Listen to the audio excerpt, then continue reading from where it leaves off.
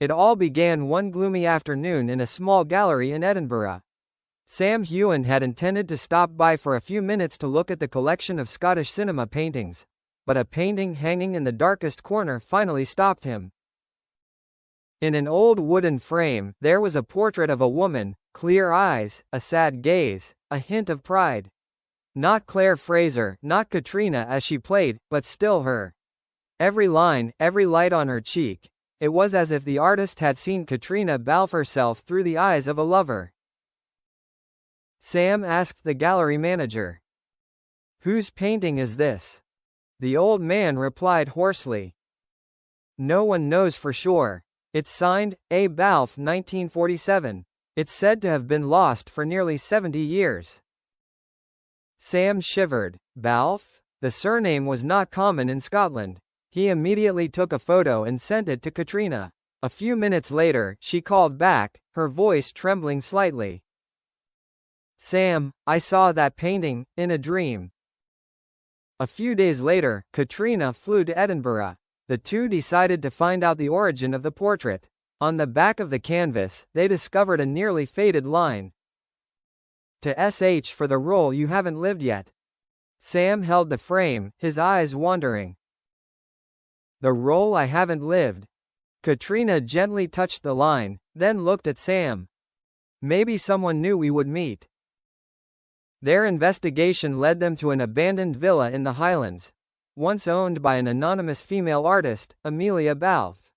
She disappeared without a trace in 1949, leaving behind only rumors that she could see the future through her paintings. In the old room, other paintings gathered dust.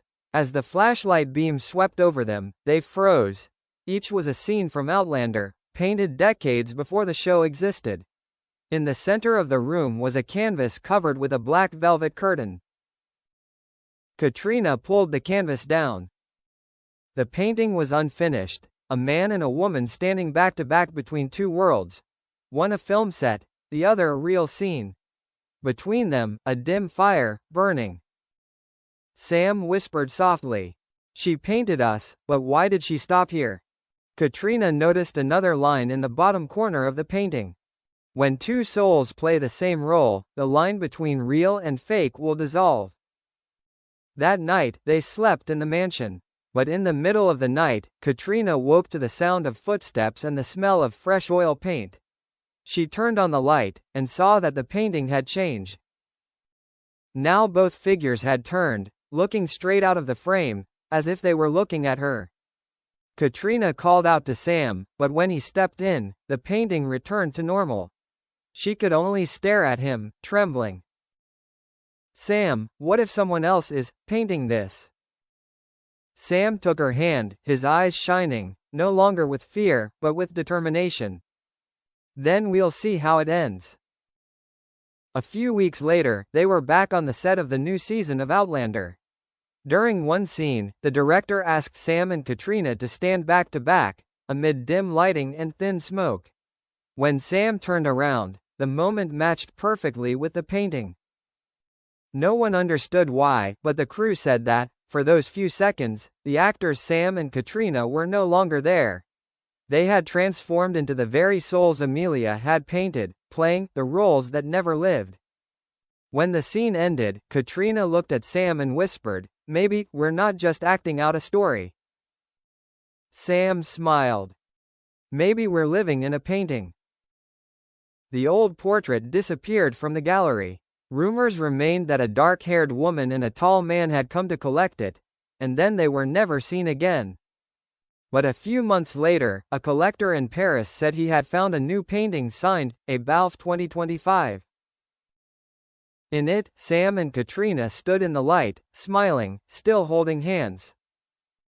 When news of the painting, A. Balfe 2025, broke, the collectors were shocked. An artist who disappeared in 1949 couldn't have left behind new works. But when the photograph was circulated, Sam and Katrina knew right away. There was no one else in the painting. Both were wearing the same outfits from the final scene of the new season of Outlander. The lighting, the pose, the smiles, everything was exactly the same. There was only one unusual detail. Behind them was a door ajar, and in the darkness inside, there was a third figure, faint, but clearly watching. Sam didn't say anything as she looked at the photo, just nodded slightly. She never left, did she? Katrina asked quietly, her hand tightening on the phone. A few days later, they decided to fly to Paris to see the painting in person.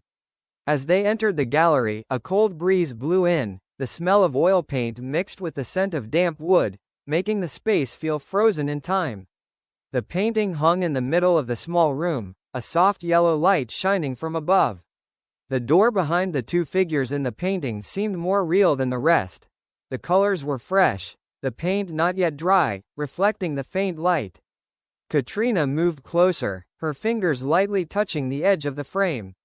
There was a very small click sound, as if something in the frame was moving. Sam immediately stepped forward, holding her shoulder. "Don't touch anymore."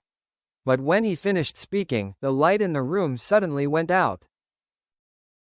In that dark moment, they heard the sound of a paintbrush, the sound of paint drops falling slowly to the floor. A flash of light appeared, and the painting had changed.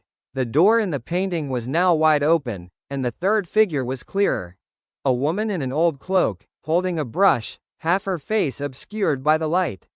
In the lower right corner of the painting, a new line had been added. "The portrait is never finished until they step inside." Katrina inhaled sharply, stepped back, her voice trembling. "Sam, does she want us to go in?" He looked at the painting, then at her, and said in a low voice, "Or maybe we've been in there all along and don't know it." They left the room, but the image lingered in both of their minds. That night, Sam couldn't sleep. When he looked in the hotel room mirror, it wasn't the room behind him that was reflected. It was the gallery, with the painting still hanging there.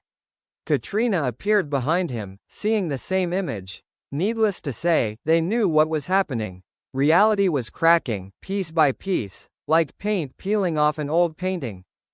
The next day, they returned to London.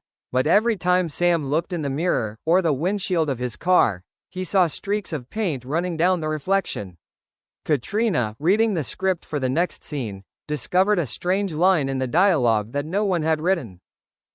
When art reflects the soul, the artist is no longer outside the picture. No one in the crew noticed anything unusual. Everyone continued to laugh and talk, filming as usual. Only Sam and Katrina knew that they were being watched, not by humans, but by the gaze of someone who had painted them from another world. One night, in Katrina's apartment, while they were reviewing the footage, the screen suddenly froze at a strange frame. Both were looking at the camera, their eyes matching, and then behind them, a hand holding a paintbrush slowly appeared. Katrina gasped and stood up. "Sam, I can't take it anymore. Maybe we should go back to the villa in Scotland." He nodded. "Maybe only where it all began can we end it." Back at Amelia Balfe's old mansion, the smell of oil paint lingered. In that room, the first painting still hung on the cracked wall. But this time, there was not only the portrait but also a blank frame right next to it, with the words, "For the last scene." They understood immediately. There was no other way but to finish the last scene.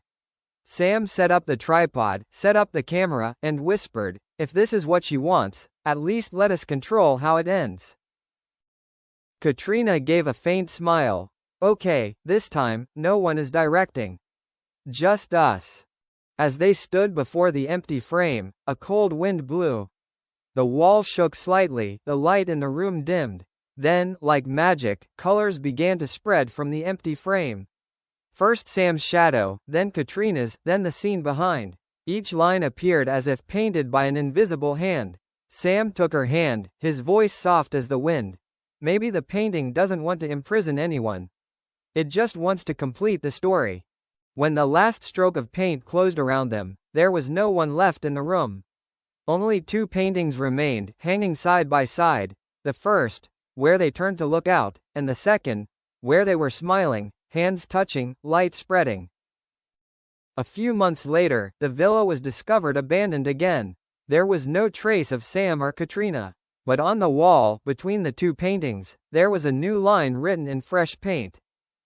"The art lives when truth becomes the frame."